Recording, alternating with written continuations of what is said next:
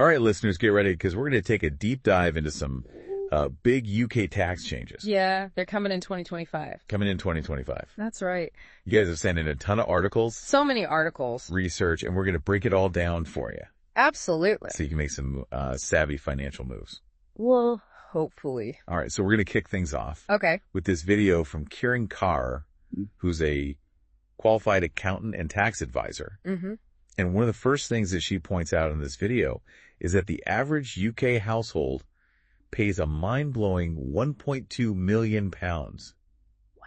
in taxes over a lifetime. That's a lot. It's a crazy number. That's a scary figure. And it really underscores why it's so important to be aware of these upcoming changes. Absolutely. All right, so first up, let's talk about electric vehicles. Okay. Remember when everybody was going on about how they were going to be quote-unquote free to run? Yeah, free motoring? Well, not so fast. Not quite. Starting April 1st, electric car owners will have to pay the standard 90-pound annual vehicle excise duty, or VED, just like petrol and diesel car owners. It's a big change, isn't it? It is a big change. Yeah. So what do you think is the motivation for this change in policy? Well, I think on the surface, it seems like a way for the government to just get a bit more revenue. Uh-huh. But I also wonder if it's a sign that maybe those initial incentives that were put in place to encourage EV adoption, Right. they're being phased out now. Yeah, it could be that the government feels like that market's established enough now Yeah. to stand on its own 2 feet. Yeah, perhaps. And on the flip side, this policy could actually make electric vehicles less appealing to buyers who are budget conscious. Yeah, definitely. Especially if the cost of the vehicles themselves remains high. Especially with the cost of living crisis going on. Exactly. So it's Yeah. not just about the 90-pound VED, it's about the potential ripple effects on the entire electric vehicle market. The bigger picture. And speaking of ripple effects, get this, buyers of high-emission vehicles, Ooh. like a brand new BMW X5 meter, Nice car. could see their first year VED Yeah. double to a whopping 3,300 pounds. That's a lot of money. That's a big jump. So that's a clear signal Big signal. that the government is serious about pushing people Yeah. towards greener choices. Absolutely. But won't this disproportionately impact lower-income households who might not be able to afford those newer, less polluting vehicles? Yeah, that's a valid concern for sure. It raises questions about whether this policy might actually unintentionally exacerbate existing inequalities. Right. It's a bit of a double-edged sword, potentially. Yeah. Okay, so moving on from vehicles, let's talk about capital gains tax, Okay. which is basically the tax you pay on the profit you make from selling an asset. Mm-hmm. And here's the bad news. If you're planning on selling anything worth over £6,000 in 2025, Ooh. you'll need to be aware of some changes. Okay. Talking about everything from crypto Yeah. to that second home you've been thinking of selling, even grandma's antique teapot. Oh, dear. Nothing is safe. Yeah. So the rates have gone up, haven't they? They sure have. Fill us in. At the end of 2024, the rates increased to 18% for basic rate taxpayers Okay. and 24% for higher earners. Higher earners. Remember that £3,000 annual exemption you used to get? Oh, yeah. Well, that's still there. Still there. But with these higher rates, it might be time to strategize your asset sales a little bit. For sure. I think this is a prime example of how tax policy can directly influence financial planning and investment decisions. Right. So, for example, if you've got someone who's planning to sell a valuable asset in 2025, they might think, well, actually, do you know what? I'm going to bring that sale forward and do it this year because I want to make sure I get that lower tax rate. Exactly. Yeah. It's all about being proactive and thinking ahead. Being smart. And speaking of being proactive, let's talk about the changes coming for anyone thinking of selling their business. Oh, okay. Exciting. So the business asset disposal relief, which used to allow business owners to pay a lower capital gains tax rate when they sold their business, is being significantly altered. It is. So previously you'd only pay 10% on the profit. That's a good deal. But starting in April 2025, that rate jumps to 14%. Okay. And then a hefty 18% in 2026. 50. So this is a cost-saving measure for the government. Uh-huh. But could this deter entrepreneurship? Potentially. Yeah. I mean, knowing that you're going to have to pay a higher tax rate when you eventually sell your business might make some people think twice about taking that initial plunge Right. to start the business in the first place. So it seems like a really tricky balancing act Definitely. for the government. Yeah. On the one hand, they want to encourage entrepreneurship and economic activity. Yeah. But on the other hand, they need to generate revenue. They need that money. So it'll be interesting to see how these changes play out in the real world. Yeah. Okay, so we've talked about electric vehicles. We've talked about capital gains tax. Yeah. We've talked about selling businesses. Hmm.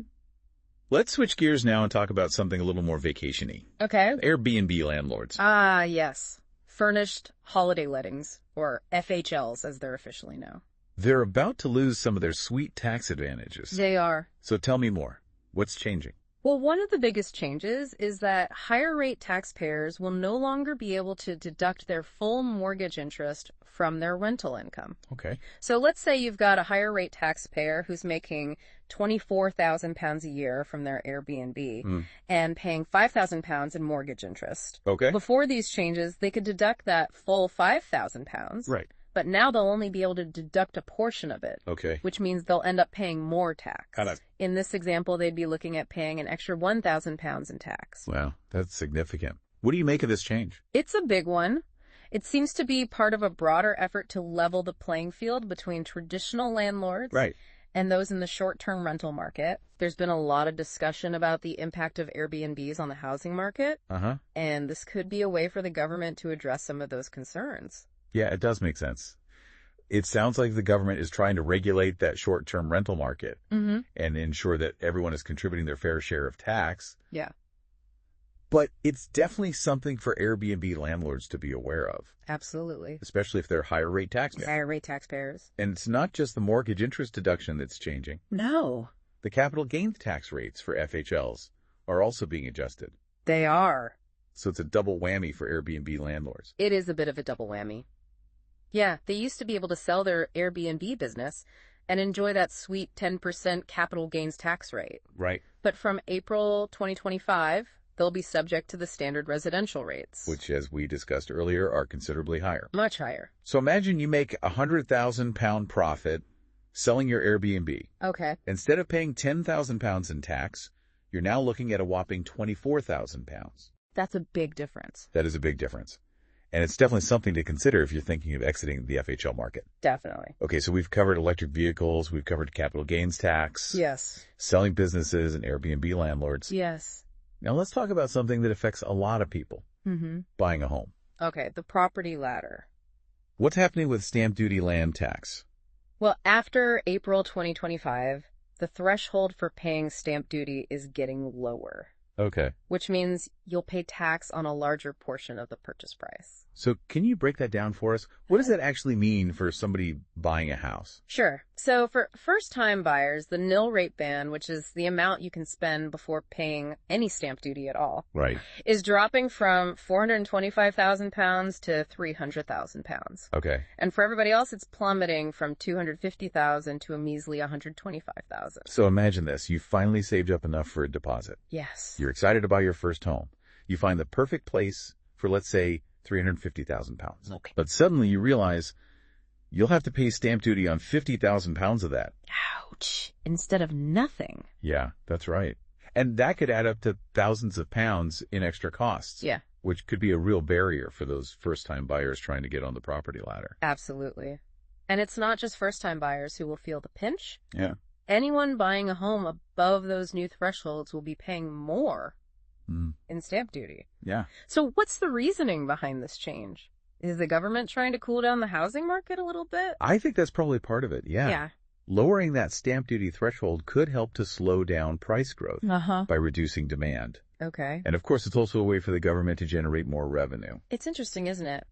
We've seen how these tax changes seem to be aimed at addressing various societal issues, like promoting green choices. Yeah. Regulating the housing market. Is that a common trend in tax policy? Yeah, absolutely. I mean, tax policy is often used as a tool to shape behavior. Right. And address those social concerns. Okay, so let's move on to a topic that's close to my heart. Okay. Education. Right. Looks like private schools are in for a bit of a shakeup when it comes to VAT. They are. From January 1st, 2025, the VAT exemption for private schools will be removed. Oh, wow. So parents can expect to see VAT added to most fees, particularly those related to education and boarding. So does this mean private school education is about to get a lot more expensive? Potentially, yes. Adding 20% VAT to already hefty fees could make private education less accessible for some families. Yeah. So it'll be interesting to see how this change impacts demand for private education and whether schools will absorb some of that cost or pass it on entirely to parents. Yes, some interesting knock-on effects there. Mm-hmm. But wait, I did read that nursery classes are exempt from this change. It seems that they are. Yeah. Yeah, so at least there's a bit of good news for parents of toddlers. One less thing to worry about. One less thing. So why do you think the government is targeting private schools with this VAT change? Well, this move is likely seen as a way to increase tax revenue from a sector that's often perceived as benefiting from preferential treatment. Okay. It could also be a way to level the playing field between private and state education. So it seems like a move that's rooted in both financial and social considerations. I think so. Okay, so we've covered a lot of ground already. Electric vehicles, capital gains tax, selling businesses, Airbnb landlords, stamp duty, and private school fees. Now for our final big change. Hit me with it. This one is a doozy. We're talking about non-domiciled status, or non-dom for short. Ah, yes. The non-dom loophole is finally being closed. Okay, so for those of us who aren't tax experts, can you explain what non-dom status is and what's changing? Sure. So in the past, you could live in the UK, but claim your domicile was elsewhere, say Dubai, Right. and avoid paying UK tax on your worldwide income. Really? It was a way for wealthy individuals to legally reduce their tax burden. So you could be living in a mansion in London, running millions from investments around the world, but paying very little in UK tax. Essentially, yes. But that's all changing from April 2025. Oh. If you're a UK resident, you'll pay UK tax on all your income regardless of where your permanent home supposedly is. So no more living like a tax-free sultan in the UK? Seems not. The party's over. The party is over. This change is aimed at simplifying the tax system. Yeah. And ensuring that all UK residents contribute fairly. Fairly. Regardless of their domicile status. Yep. It definitely seems like a move towards greater tax fairness. It does. But I imagine this change will have significant implications for some wealthy individuals who've benefited from the non-dom regime for years. Absolutely. It's likely to lead to some of those high net worth individuals reassessing their residency and their financial planning strategies. Yeah, big changes. Big changes. Well, it certainly shakes things up. And it brings us to the end of part 1 of our deep dive into the 2025 UK tax changes. Yeah, it is fascinating to think about how these tax changes might actually play out in the real world. I know, right? Yeah. We've talked about all these changes on paper, but it's kind of hard to grasp, how they'll truly impact people's decisions and the economy as a whole. Exactly. Like, take the changes to capital gains tax, for example. Okay. Will those higher rates actually encourage people to sell their assets earlier to avoid the higher rates? Right. Or could it lead to people holding onto those assets for longer, potentially creating a less dynamic market? And what about the impact on the housing market? Yeah. Will that lower stamp duty threshold really cool things down? Or will it just make it even tougher for first-time buyers to get on the property ladder? Yeah. Further widening that gap between homeowners and renters. It's a good question. And then there's the potential impact on entrepreneurship. Yeah. Will the changes to business asset disposal relief make people hesitant to start and grow businesses, potentially stifling innovation and economic growth? It's possible. Feels like we're kind of standing on the edge of a massive tax experiment. We are, in a way. With so many unknowns. Yeah, tax policy is never static, is it? That's true. It's constantly evolving in response to, economic conditions, social priorities, political pressures. Right. But these changes feel particularly significant, I think. Yeah. They touch on so many aspects of our lives. The cars we drive, the homes we buy. Absolutely. The businesses we start, even where we choose to live. It's true. So let's break this down for our listener. Okay. What are the key things to watch for as these changes come into effect? Right. What should people be paying attention to? Well, first and foremost, I think staying informed is absolutely essential. Okay. The tax landscape is already complex. Right. And these changes just add another layer. Yeah. So make sure you're keeping up to date on the latest rules and regulations. Right. And don't hesitate to seek professional advice if needed. Absolutely. Tax law can be daunting, and it's always a good idea to have an expert in your corner. For sure. So information is key. What else should people be thinking about? I think it's crucial to consider the long-term implications of these changes. Okay. Don't just focus on the immediate impact. Think about how these changes might affect your financial goals 5, 10, even 20 years down the line. Yeah, it's so easy to get caught up in the here and now. It is. But thinking about that bigger picture is important. Okay. Like, for example, if you're considering buying a property, Yeah. don't just look at the current stamp duty rates. Right. Think about how that lower threshold might affect the future value of your investment. Okay, so we need to be strategic and think long term. Any other words of wisdom for our listener? I'd say flexibility is key. Okay. The tax system is always in flux. Yeah. So be prepared to adapt your financial plans as needed.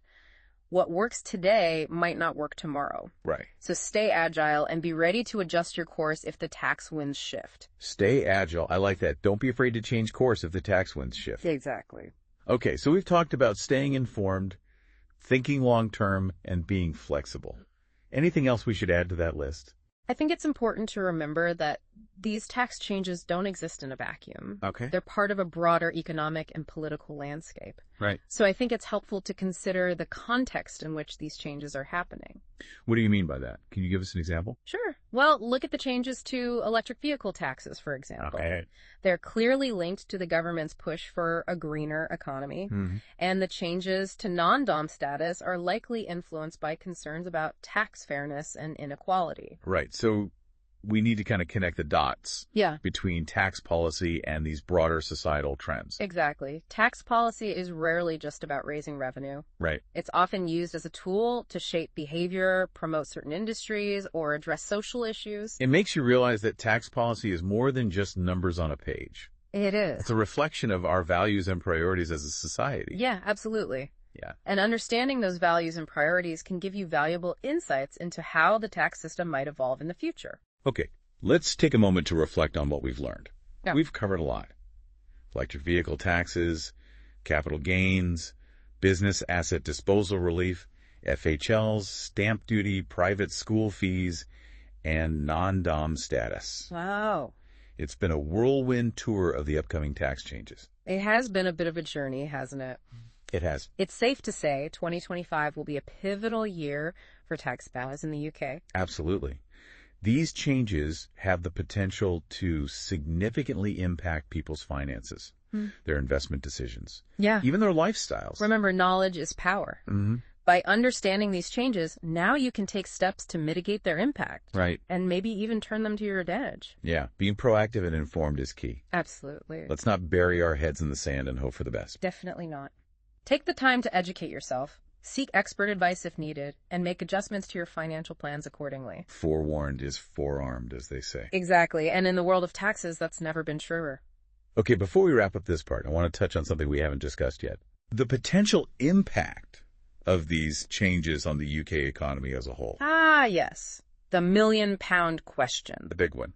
Will these changes lead to increased tax revenue, or will they stifle investment and growth? I mean, that seems to be the big debate. Is. Some people argue that these changes are necessary to balance the books and fund essential public services, while others worry that they'll discourage investment, harm businesses, and ultimately hurt the economy. It's a complex issue, with valid arguments on both sides. Do you have any predictions about how this is all going to play out? Oh, I'm no fortune teller. Yeah, enough.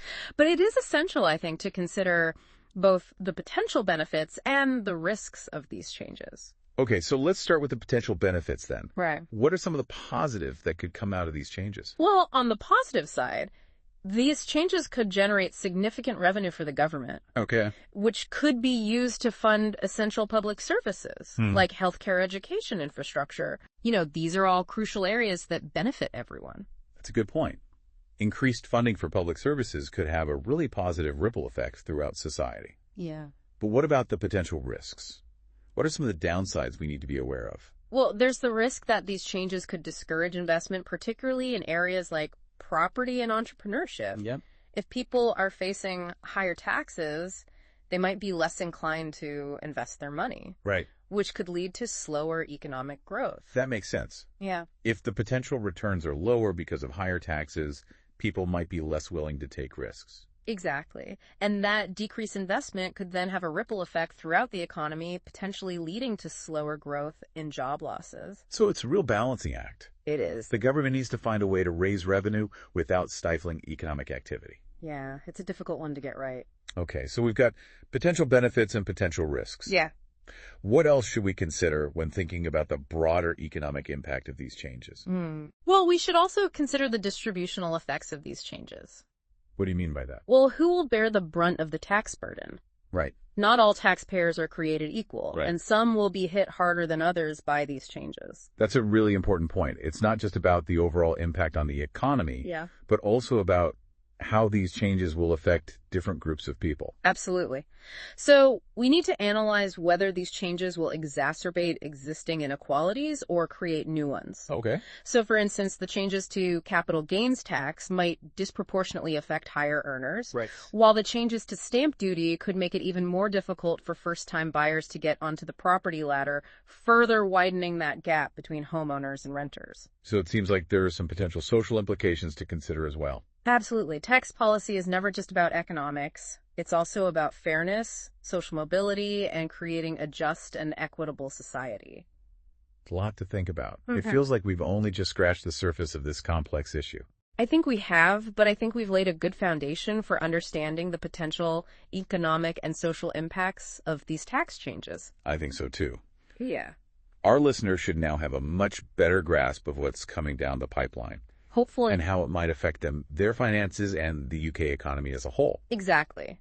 And hopefully this knowledge will empower them to make informed decisions and navigate this new tax landscape with confidence. Okay, so we've covered the what of these tax changes. Yeah. But I think what our listeners really want to know is the so what. Right. How is this all going to affect your everyday life? Yeah. You know, how will these changes play out for, say, a Mhm. young professional in London Okay. who's thinking of buying their first flat? Interesting. It's one thing to talk about these changes in the abstract, Yeah. but it's another to kind of see how they might actually impact people's lives. Let's make it real. Let's make it real. All right, so picture this. Okay. You're a young professional in London. Uh-huh. You've been working hard, Yep. saving diligently, and you're finally ready to take the plunge into the property market. That's me in a few years. Except maybe not London. Well, wherever it may be, you found the perfect flat, Okay. but then bam! Oh, no. You remember that the stamp duty threshold has dropped. And instead of paying 0 stamp duty, Right. you're now looking at potentially thousands of pounds Yeah. in additional upfront costs. That's rough. It might mean having to delay your purchase, Uh-huh. save a bit more aggressively, or even reconsider the type of property that you can afford. Right. It's a real gut punch. Yeah.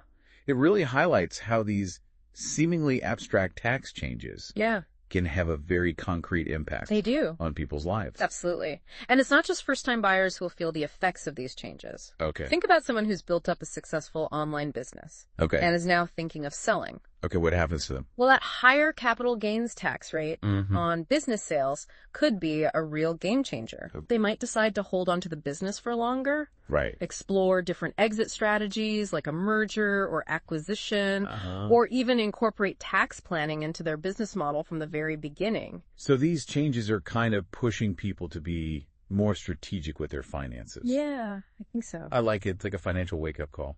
I think that's a great way to put it. Be proactive. Think ahead. Plan ahead. And it's not just individuals who need to be thinking strategically. No. Businesses are in the mix too, right? Absolutely. Think about those higher taxes on furnished holiday lettings, for example. Okay. Those increased costs could have a ripple effect throughout the short-term rental market, Right. potentially leading to higher prices for holiday accommodation, Mm-hmm. fewer properties available, or even a shift towards longer-term rentals. Interesting. So these tax changes have implications far beyond just individual taxpayers. Yeah, they do. They can influence entire industries and markets. That's right. Wow. This has been so eye-opening. It has been, hasn't it? We started out feeling kind of overwhelmed by all these changes, Mm-hmm. but now I feel like we've really unpacked them and understand their implications. I hope so. So what would you say is the biggest takeaway for our listener today? Okay. If they only remember one thing from this deep dive, what should it be? I think the key takeaway here is that proactive planning is essential. Okay. Understanding these changes now allows you to make informed decisions about your investments, your property, your business, even your children's education. So it's all about being prepared Yeah, and getting ahead of the curve. exactly. Right. And while we've covered a lot of ground today, we've only really scratched the surface. We have. So for more details on specific tax implications Yeah, and how they might apply to your unique situation, it's always best to consult with a qualified professional. absolutely. Couldn't agree more. Yeah. A good tax advisor is worth their weight in gold. Definitely. But for now, you are armed with the knowledge to navigate 2025's tax landscape like a pro. We've demystified the tax jargon, explored the potential impacts, highlighted the key things to watch out for. Yes. You've got this. You have. Remember, knowledge is power. It is. Don't be intimidated by the complexity of the tax system. No. Equip yourself with information. Seek expert guidance when needed. And make informed decisions that align with your financial goals. For sure. And never forget, these changes are just one piece of the puzzle. Yeah. It's essential to stay informed about the broader economic and political landscape. Right. To truly understand the forces that are shaping the UK tax system. That's a great point. Tax policy is constantly evolving, so staying engaged and informed is crucial for navigating those financial waters ahead. Well said. And on that note, I think it's time to wrap up this deep dive into the 2025 UK tax changes. I think so too. Thanks for joining us. It's been a pleasure.